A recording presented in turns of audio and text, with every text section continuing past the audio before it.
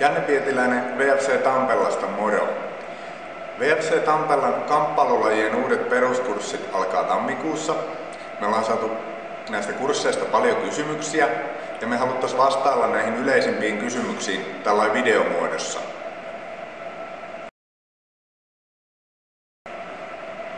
Peruskurssit alkavat siis 4 lajissa: potkunyrkkeilyssä, vapaaottelussa, defendossa ja brasilialaisessa jujutsussa sekä aikuisille että lapsille alkaa oma kurssi.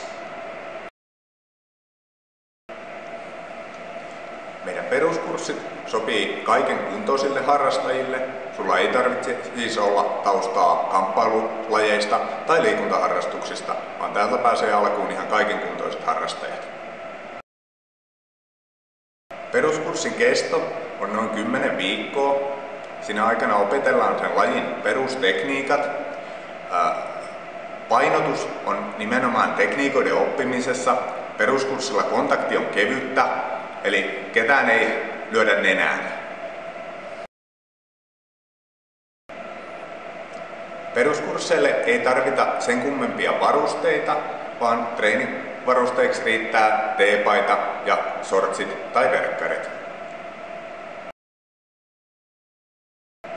VFC Tampellan kamppailulajien peruskurssille sä pääset mukaan, kun sulla on VFC-kamppailukortti. Ja sillä samalla kamppailukortilla sulla on käytössä myös VFC-muut palvelut, eli Tampellan kuntosali, toiminnallisen harjoittelun sali.